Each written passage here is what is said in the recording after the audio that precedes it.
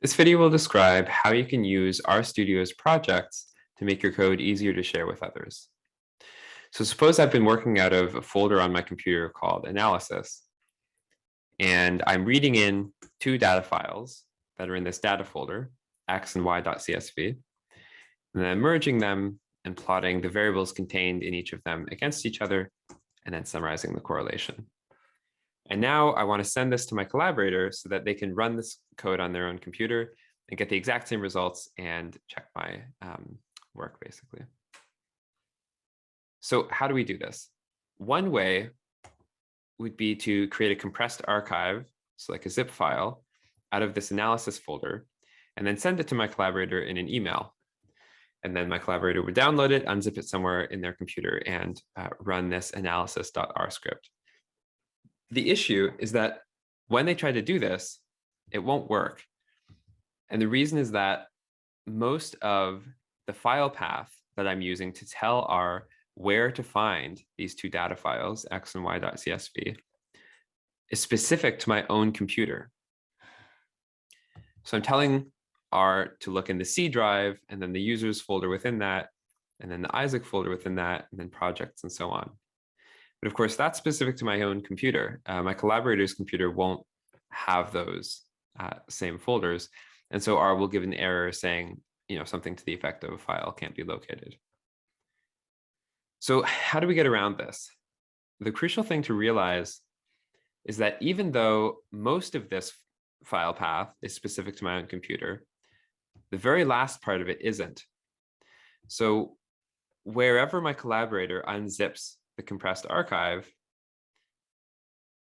in the same location as analysis.r, which in this case is the analysis folder, there will be a subdirectory called data that will contain the two data files. So the last two parts of these file paths, data and then x.csv, and then data and then y.csv, we can safely assume that those will point to x and y.csv as long as we know what folder we're working out of. In this case, it's analysis.r. So in other words, we need this script to be able to know where my collaborator has unzipped the compressed archive that I sent them. So how do we do this?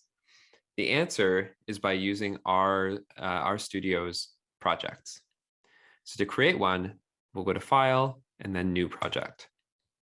And we won't save the current workspace.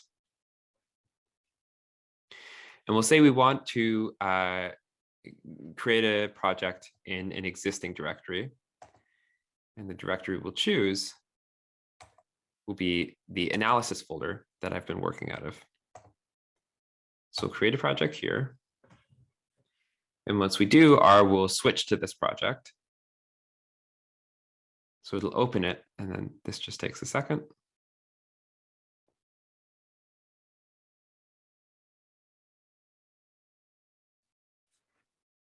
Now the new project is open, and you can see that the analysis script is still here.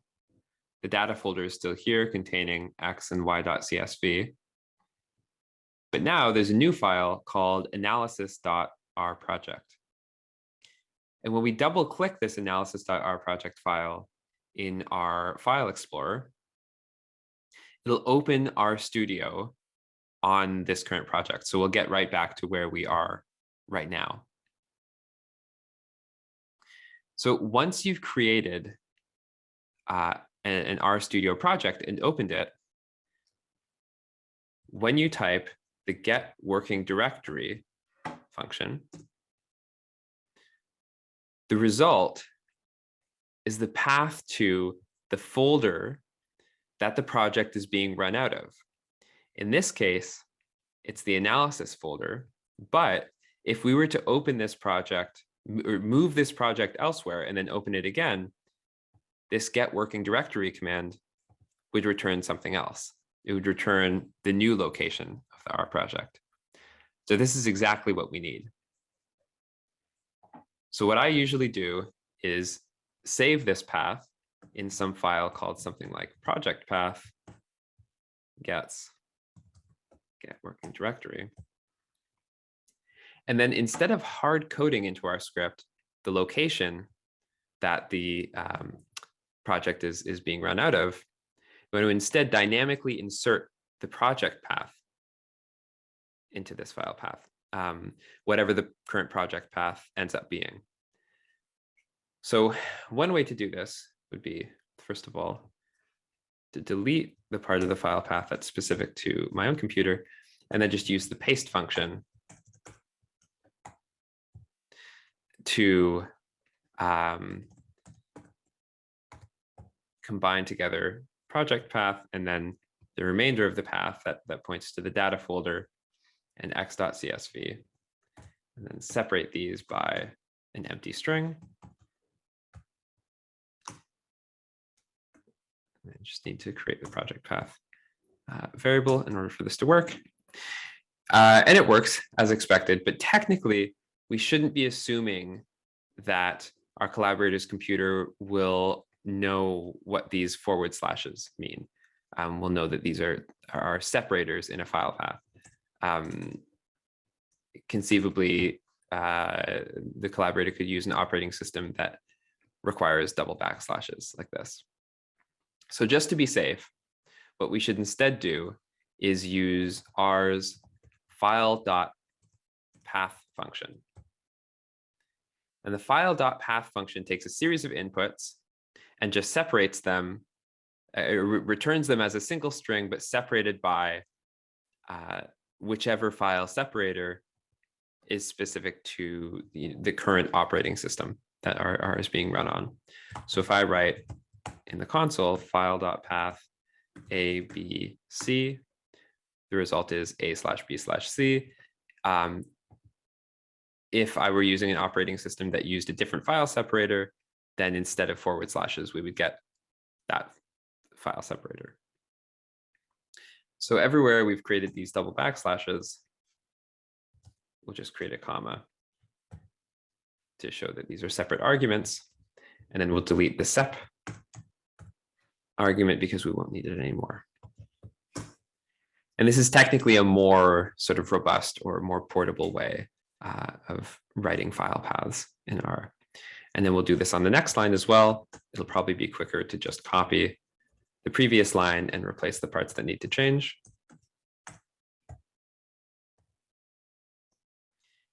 And now, when we run our code, we get the same results as before. So now, just to demonstrate that this works, we'll open our File Explorer. Actually, first, we'll close R. Open our File Explorer to the analysis folder that we were working out of. So here's everything that we expect to be there. And then we'll create a compressed archive out of this that we could then send to our collaborator. Of course, instead of actually sending it to someone, we'll just pretend now that we're on our collaborator's computer and they've downloaded this zip file into a folder on their own computer called Other Analysis. And here, they'll extract all the contents.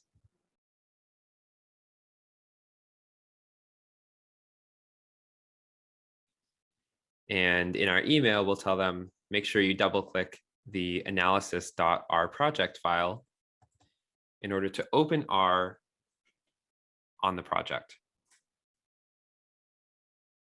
So again, this will just take a second.